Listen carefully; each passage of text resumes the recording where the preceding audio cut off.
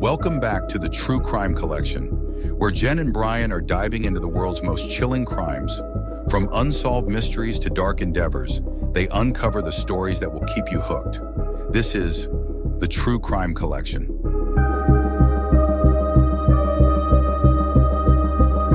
Welcome back, everyone. Ready for another deep dive?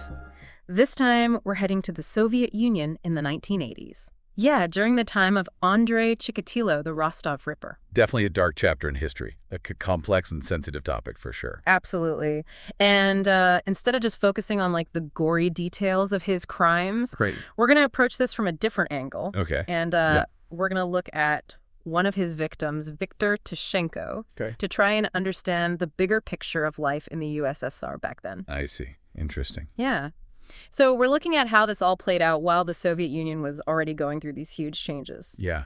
It's a fascinating period. Nation on the verge of transformation, and then you have these horrific crimes happening. Exactly. So how did this social and political landscape contribute to, Chikatilo's rise? Yeah. And what about the investigators? What challenges did they face in trying to stop him? Yeah. It makes you wonder. Yeah. And really, we want to understand Viktor not just as a victim, but as a young man who had hopes and dreams, a future. Right. And his life was cut tragically short. Yeah. His story, in a lot of ways, reflects the larger narrative of what was happening in the Soviet Union at that time. Okay. So close your eyes for a sec and imagine Rostov-on-Don in the 1980s. Okay. Big factories, wide boulevards, and all those classic concrete buildings. Yeah. But if you look closer, you start to see the cracks. Right. Our sources show this picture of a city that's almost holding its breath. Yeah. Full of contradictions. Yeah, there's this clash between the grand Soviet symbols, meant to project strength and unity. Right. And then underneath it all, there's economic hardship, people are struggling, there are food shortages. You see people standing in line for hours just to get basic things. It's almost like the system is about to break down. Yeah, like a car running on fumes. And our sources talk about stores with empty shelves and how people are turning to things like alcohol just to cope with daily life. Right. It was a way to numb the difficulties, the anxieties. And then on top of all that, you have Gorbachev's reforms, perestroika, and glasnost happening around the same time. Yeah, imagine living in a time when everything you knew was changing.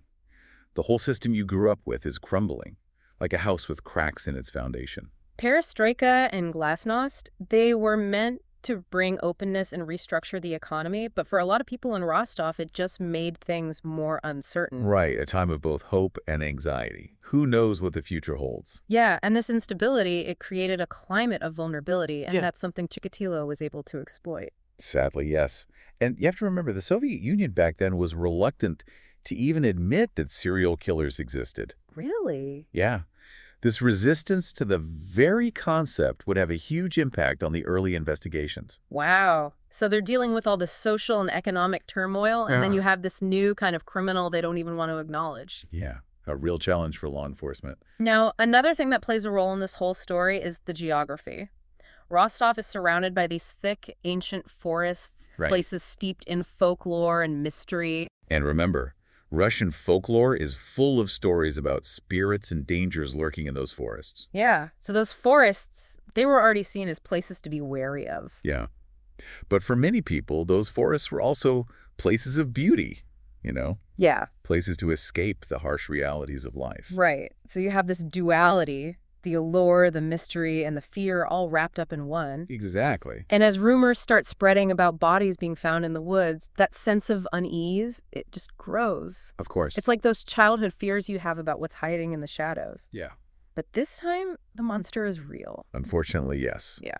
The woods become a symbol of the darkness, a place where even the trees seem to whisper secrets about the horrors that have happened there. And it's in this setting, with all the anxieties and the whispering forests, that we meet Viktor Tishchenko. He was just 16 years old, living in a mining town called Shakhty, not far from Rostov. Shakhty was even tougher than Rostov, economically speaking. Mines were closing, jobs were scarce.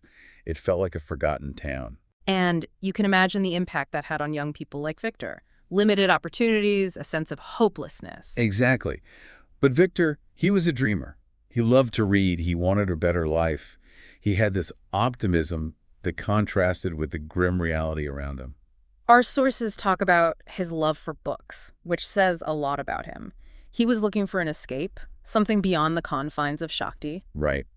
He represents that glimmer of hope, the potential that can exist even in the toughest of circumstances. Tragically, Victor's father left when he was young, which left him with a sense of responsibility that must have been heavy for a teenager. Yeah. And that might have made him more vulnerable to someone offering kindness or a listening ear, someone who could offer him a sense of adventure, a break from the monotony. And that's exactly what Chikatilo did. He was a master manipulator. He didn't use force, he used kindness. Right. Imagine you're on a lonely road and someone approaches you, offers you a helping hand. Right.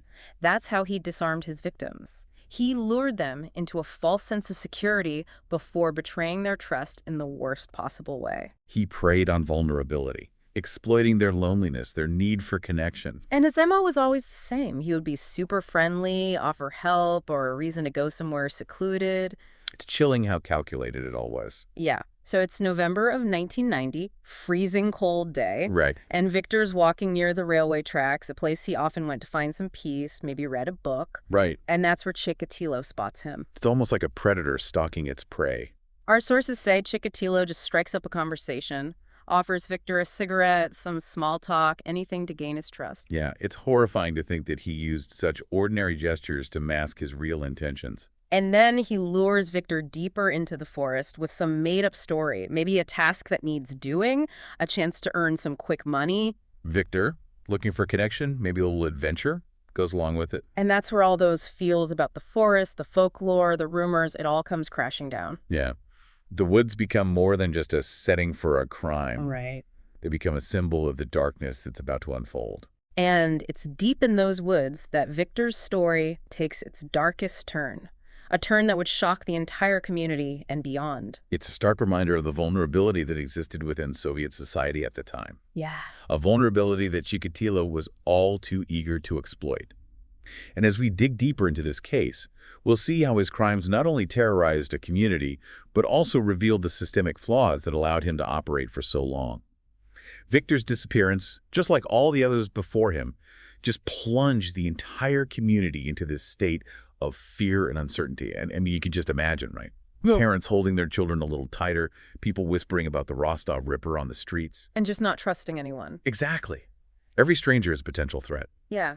It's heartbreaking to think that even simple acts of kindness now carried this sense of danger. It really is. But in the midst of all this fear, you have this team of investigators Right? working tirelessly to try and untangle this web of Chikatilo's crimes. Absolutely. By the late 1980s, the pressure on these investigators was immense. I mean, in this case, it became a national scandal. Yeah. It was a stain on the image of the Soviet Union, and the public wanted answers.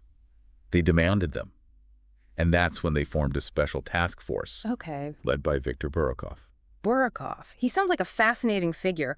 What set him apart from the other investigators who had tried and failed to catch Chikatilo before him? Well, Burakov was one of the few who actually acknowledged that there might be a serial killer at work early on. And this was a concept that, like we said before, met with a lot of resistance within the Soviet system. Right. He pushed for a more scientific approach to the investigation. He embraced forensic evidence, psychological profiling, all these techniques that were relatively new at the time. So he was kind of a pioneer in criminal investigation within the USSR. Absolutely. He knew that to catch a predator like Chikatilo, they had to think like him. Right. They had to understand his motivations and try to predict his next move. Right. He insisted on better communication between agencies, which had been a major issue in the earlier investigations. Yeah. And he really emphasized meticulous data collection. It sounds like he brought a whole new level of rigor to the investigation. Yeah, he did. But even with all that, there were so many false leads and dead ends. Right. I mean, was there a single breakthrough moment, something that led them to Chikatilo? Yeah, good question. Well, it wasn't so much a single moment as it was a gradual accumulation of evidence, Okay. like piecing together a puzzle. Yeah. And they started noticing that Chikatilo was often seen around train stations and bus stops Okay. in the same areas where his victims had vanished. So he was using the transportation system to his advantage. Exactly. It makes it harder to track him. He can blend in. Right. And remember, this was a time of increased mobility in the Soviet Union. People were traveling more for work and for other reasons, which gave Chikatilo a larger pool of potential victims. And like you said, that cloak of anonymity. It's chilling. Yeah. So how did they finally catch him? It was a combination of careful observation and luck. Okay.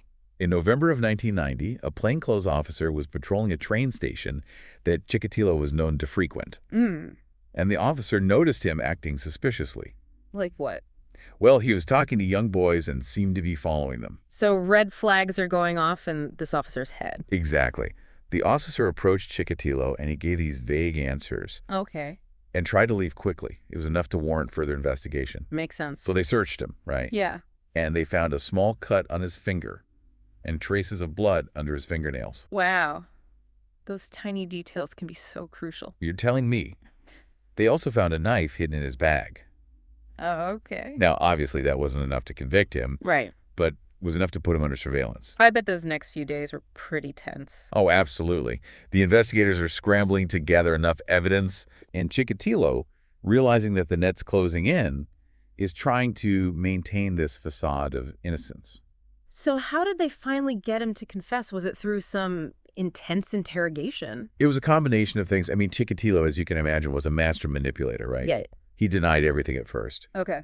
But Brokoff and his team, they were patient.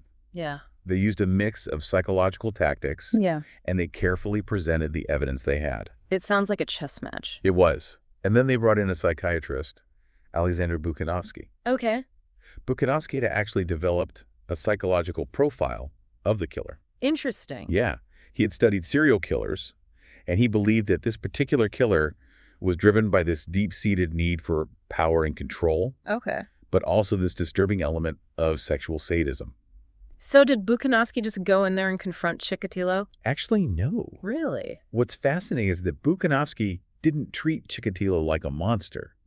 He treated him like a puzzle to be solved. He talked to him for hours, not in a judgmental way, but with this genuine curiosity, Oh, wow. trying to understand the path that led him to commit these horrific acts. It seems counterintuitive, doesn't it? Yeah? Talking to someone who's done such terrible things on a human level? Yeah, but I think that was the key. Okay. And after days of these interrogations and conversations with Buchanovsky, Chikatilo's facade finally crumbles. Wow. He confesses to over 50 murders in detail, Oh, my goodness. with a chilling matter-of-factness that shocked even the most seasoned investigators. That must have been a huge moment for the investigators and the Oh, yeah. Huge relief, but also this chilling confirmation of their worst fears. Right. And for the families of the victims, imagine that finally they get some answers. Yeah. Acknowledgement of their suffering. Yeah. But then also the horror of hearing the details confirmed, Sure. realizing the depths of Chikatilo's depravity. It's a roller coaster of emotions. Absolutely. Yeah. And once he confesses, the focus shifts to the trial. And this was an event that gripped the entire nation. I mean, remember, this was still the Soviet Union. Right. A system built on control and order. Right. And now you have this man Yeah. who represents chaos and darkness Yeah. being paraded in front of everyone. I remember seeing photos of Chikatilo in this metal cage during the trial. Why was that? Was that just for security? Or was there more to it? It was both. Mm. The cage was there to protect him from the victims' families. Yeah. A lot of them wanted revenge. But it was also this powerful symbol Yeah. of the fear he had created. Right. The need to keep him separate, Right. to contain the evil he represented. Yeah, it's like this physical manifestation of the cage he had put the entire community in for years. Exactly. And they had all this evidence against him. Yeah. DNA, eyewitnesses, of course, his confessions. Yeah. He tried to plead insanity. Of course. But the court found him guilty on 52 counts of murder. Wow. What was the public's reaction to the verdict? Was there a sense of closure? Oh, there was relief, for sure, but also this lingering unease. I think people realized that the darkness Chikatilo represented went beyond just one man. Right. His crimes exposed this vulnerability within Soviet society. Yeah. A vulnerability that many people had just chosen to ignore before. So even with Chikatilo behind bars, there were still scars. Oh, yeah. It wasn't just about catching him. It was about confronting the failures that allowed him to operate for so long. And that's what makes Viktor Tishchenko's story so powerful, right?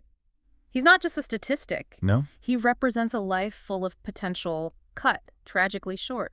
He's a symbol of the innocence lost, the dreams shattered, and the enduring impact of trauma. Victor's story and the stories of all of Chikatilo's victims, they should remind us of the human cost of these crimes. Right. They weren't just numbers. They were individuals with families with hopes and dreams. And their stories often get overshadowed by the killer. Yeah. It's easy to get caught up in the psychology of a serial killer. But we can't forget the impact, the ripple effect of pain and grief that extends far beyond the victims themselves. It makes you think that true justice is more than just catching and punishing the perpetrator. It's about remembering the victims, helping their families heal, and working towards a world where these kinds of things are less likely to happen. It's about learning from the past to create a safer future. And that's the big takeaway from this deep dive.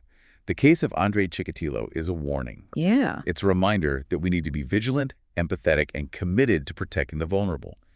It's tough to grasp the sheer scale of Chikatilo's crimes, the impact they had on the whole Soviet Union. Yeah, it really is. Think about it. Okay. You have this society built on order and security. Right. And then they're suddenly confronted with this monster lurking in their midst. A monster who exploited not just people's vulnerabilities, but the very system itself. Exactly.